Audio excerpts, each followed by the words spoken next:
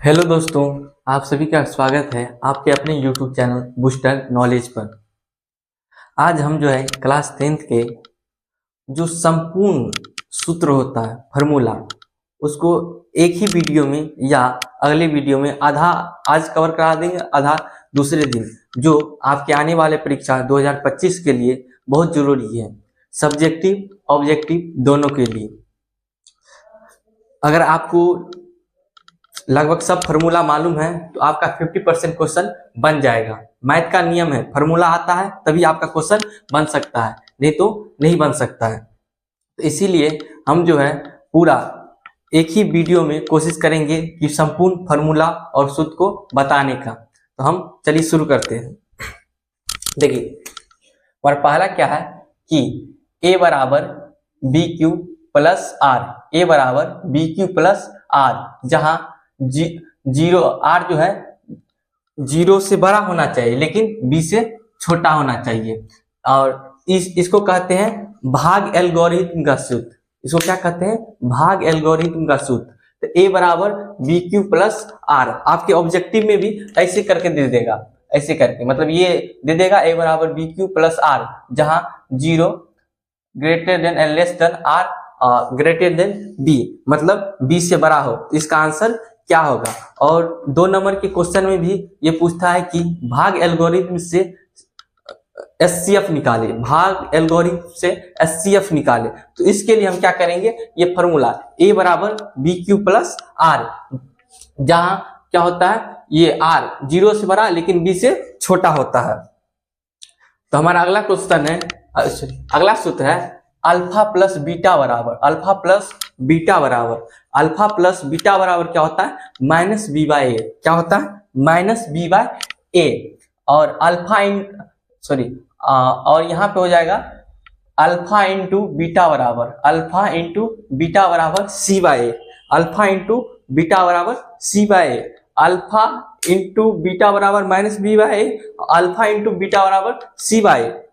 जो आपके ऑब्जेक्टिव और सब्जेक्टिव में जैसे कोई गुणनखंड दे देगा और बोलेगा इसका शून्यक निकाले, और ये जो है ना बोलेगा कि संबंध स्थापित करे। संबंध स्थापित करने में क्या होता है? अल्फा प्लस बीटा बराबर माइनस बी बाई ए और अल्फा इंटू बीटा बराबर सी बाई ए।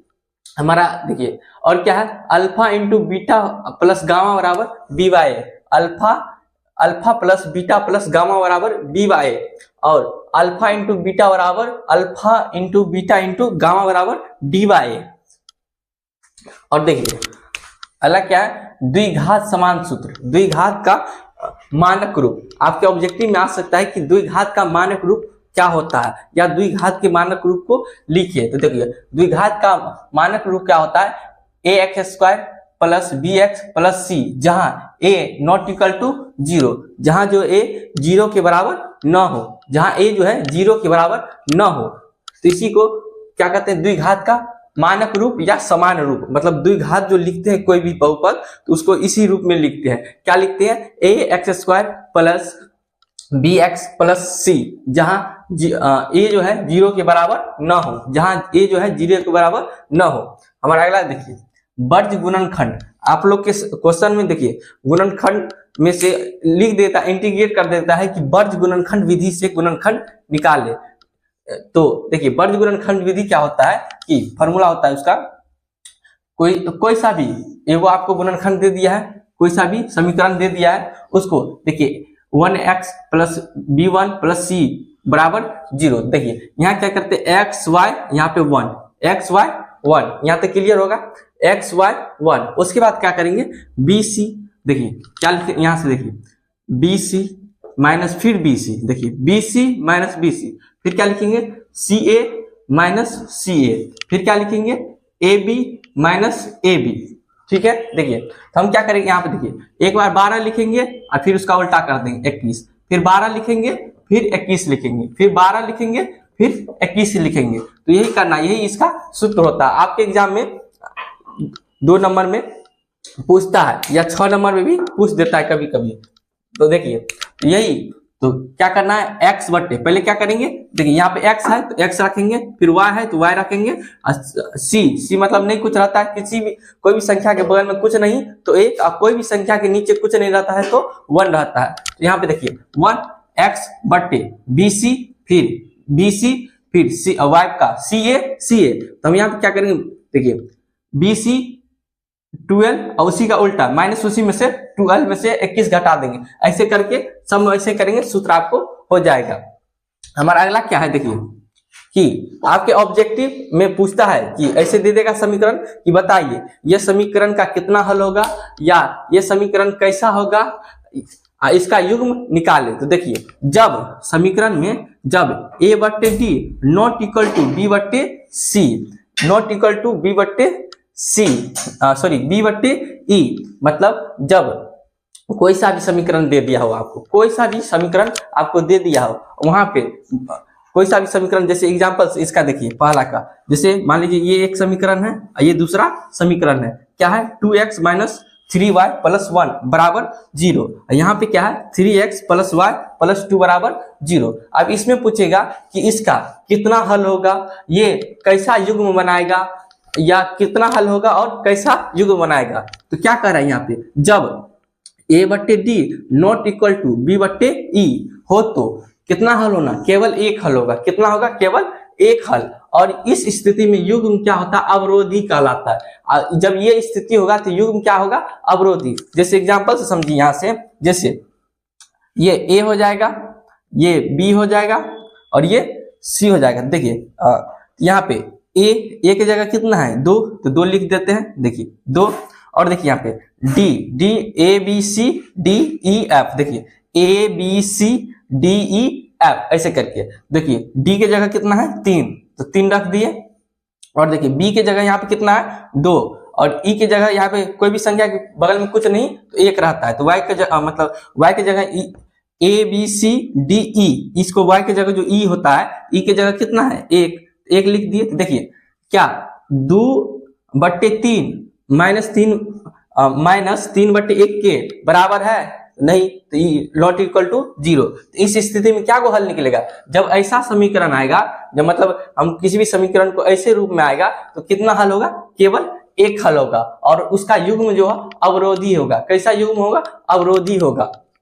उसी तरह हमारा दूसरा है कि जब तीनों बराबर हो, मतलब a बट्टे बी, a बट्टे डी, डी बट्टे ई और सी बट्टे एफ तीनों बराबर हो, देखिए यहाँ पे तीनों क्या हो, बराबर हो, उस स्थिति में क्या होगा, तो अनगिनत हल होंगे। उस स्थिति में क्या होंगे, अनगिनत हल होंगे। और युग्म कैसा होगा, इस स्थिति में युग्म आश्रित कहलाते हैं।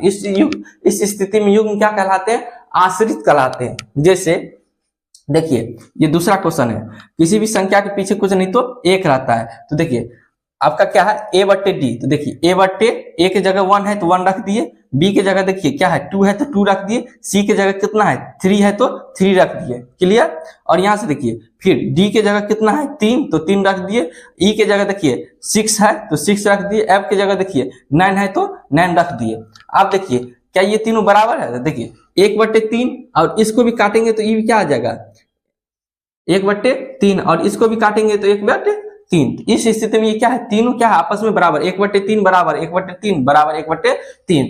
तो इस स्थिति में क्या होता है, जब तीनों मतलब जो है ये जो दिया होता है A B C D E F जो समीकरण है, उसमें जब तीनों बराबर हो, ए बट्टे डी बराबर बी बट्टे ई बराबर सी बट्टे एफ, जब ये तीनों बराबर हो तो अनगिनत हल होते हैं। कितने हल होते हैं, अनगिनत हल होते हैं। और इस स्थिति में युग्म क्या कहलाता है, आश्रित होता है।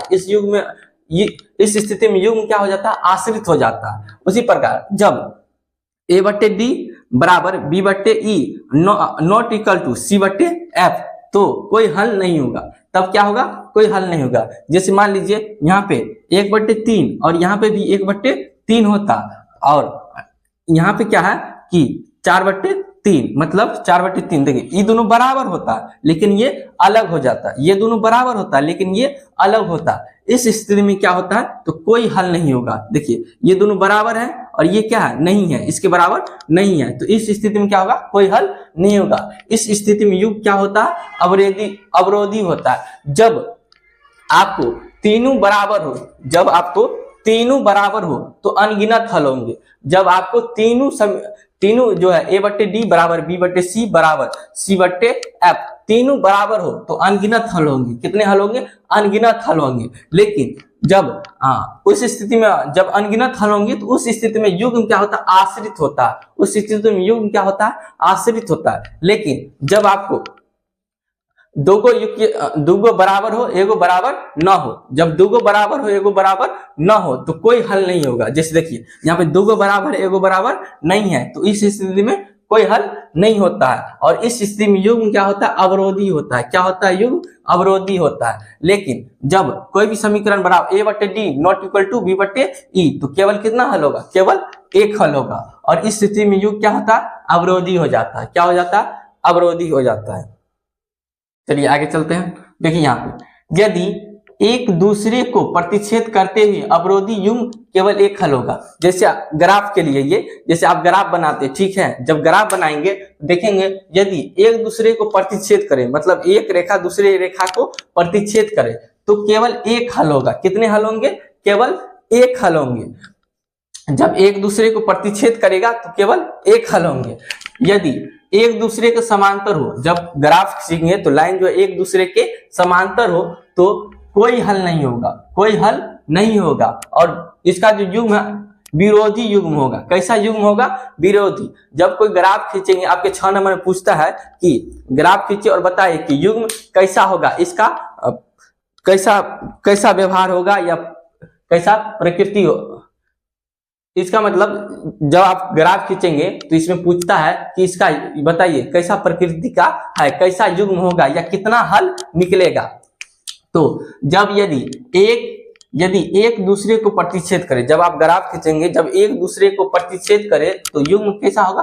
अवरोधी युग्म होगा। कैसा युग्म होगा? अवरोधी युग्म होगा। और केवल एक हल होंगे। केवल एक हल होंगे, मतलब एक ही आंसर आएंगे। तो लेकिन यदि जब एक दूसरे को समांतर हो, जब ग्राफ खींचेंगे तो एक दूसरे के समांतर जब हो तो उसमें विरोधी युग्म कहलाता है। क्या कहलाता है? विरोधी युग्म। अब कोई हल नहीं होता, उसका कोई हल नहीं होता। जब समांतर हो तो उसका कोई हल नहीं होगा। यदि एक दूसरे के समपाती हो तो जब ग्राफ खींचेंगे तो लाइन जो है एक दूसरे के समपाती हो तो क्या होता है? आश्रित युग्म। कितना युग्म? आश्रित युग्म। और अनगिनत हल होते हैं। उस स्थिति में क्या होते हैं? अनगिनत हल होते हैं। अनगिनत हल जितना निकाल सकते हैं उतना हल हो सकते हैं। हमारा अगला क्या है कि द्विघात सूत्र। द्विघात सूत्र, तो द्विघात सूत्र क्या होता है? -b plus √b² -4ac/2a। द्विघात सूत्र आपके परीक्षा में डायरेक्ट पूछता है द्विघात सूत्र से निकाले। आपको समीकरण दे देगा, उसमें बोलेगा द्विघात सूत्र से निकाले। या ऑब्जेक्टिव में आता है कि द्विघात सूत्र होता है तो ऐसे ही ऑप्शन दे देगा। क्या चीज? -b plus -√b² -4ac/2a। तो आपके ऑब्जेक्टिव में या ऐसे आता है विवेचक निकाले। कोई भी सवाल का विवेचक निकाले तो विवेचक को हम d से सूचित करते हैं। तो d बराबर होता है b² -4ac। क्या होता है? b² -4ac। विवेचक बराबर क्या होता है? d बराबर, विवेचक को d से डिनोट करते थे, d बराबर होता है b² -4ac। हमारा अगला देखिए इसी का द्विघाती का है कि जब b² -4ac 0 से बड़ा हो, जब कोई भी समीकरण बना रहे, ठीक है, मान लीजिए जैसे b² -4ac 0 से बड़ा, मान लीजिए यहाँ पे हम 4 रख दें, 2 का स्क्वायर -4 1 गुने 2, देखिए यहाँ पे तो ये हो जाएगा 4 माइनस ये कितना ये गुना है 4 दूनी 8, यहाँ पे देखिए ये कितना आ गया -4 ये जो घटेगा तो -4। तो ये देखिए 0 से बड़ा है या 0 से छोटा है, तो ये 0 से छोटा है क्या कि निगेटिव आ गया। तो इस स्थिति में क्या होता है कि आपका जो b² -4ac 0 से जब मतलब 0 से बड़ा हो, ठीक है, जब संख्या निकालेंगे अगर 0 से बड़ा है तो वास्तविक और असमान हल होंगे। क्या होंगे? वास्तविक और असमान, ठीक है। और उसका सूत्र होता है -b बराबर b प्लस √b² -4ac/2a। फिर बी स्क्वायर माइनस 4ac बराबर 0। जब हम कोई समीकरण बनाएंगे तो बी स्क्वायर बराबर जो द्विघात होता है बी स्क्वायर माइनस 4ac विवेचक, ये जो विवेचक है डी बराबर, ये जो विवेचक बराबर 0 आ जाए तो क्या होगा, वास्तविक और बराबर। कैसा होगा, वास्तविक और बराबर। तो उसका होता है माइनस बी, और उसका मूल का जो प्रकृति होता है क्या चीज, माइनस बी बट्टे 2a कोमा माइनस बी बट्टे 2a। और जब बी स्क्वायर माइनस 4ac 0 से बड़ा हो, मतलब 0 बड़ा हो ये छोटा हो, तो उस स्थिति में क्या होता है, वास्तविक नहीं होता है और वास्तविक मान भी नहीं होता है। तो हमें लगता है यहां तक आप लोग को क्लियर होगा।